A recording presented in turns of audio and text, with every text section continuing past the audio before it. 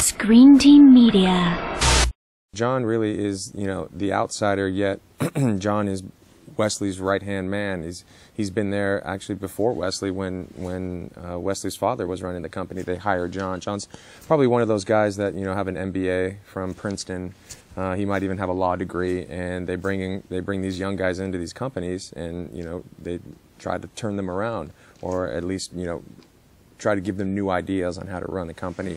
And so Wesley's trusted John, and rightfully so. I think John's earned Wesley's trust as being a right-hand person for this company. Well, Brian's bringing a lot of colors to his character.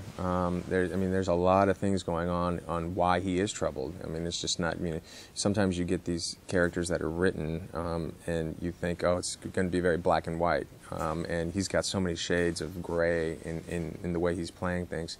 There's a lot of hurt sometimes within his character. There's a lot of, obviously, animosity. There's a lot of anger. And then there's love, too, that he has. So I find that all, for him, very interesting for his character. Rebecca is great, actually. She's very funny. We haven't really gotten to work together yet. We've said hello to each other.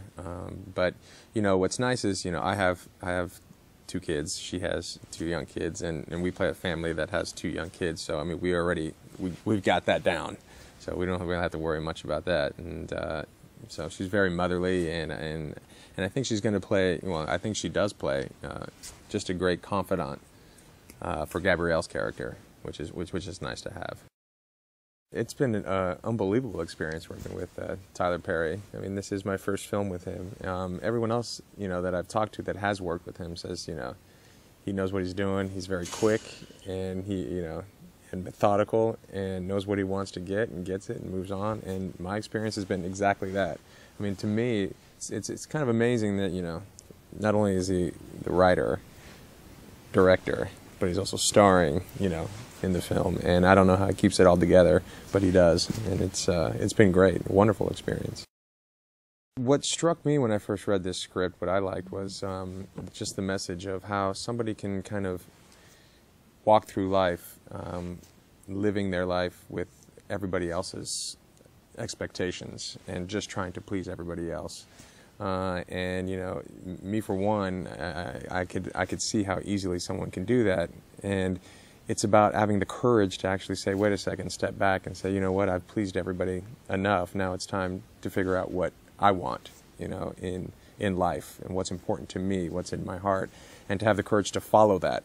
A lot of people say, you know what, I wish I could do this, or I wish I could do this, I wish I wasn't in this line of work. And to have the courage to stop and follow your dream, your own dream, says a lot about a person. Well, simply put, I think the message of this film is, follow your heart. Like I said, it's easier to please everybody else sometimes than it is to please yourself. I think you should, think twice about that, and think about what you want in life rather than what other people expect you to have in life.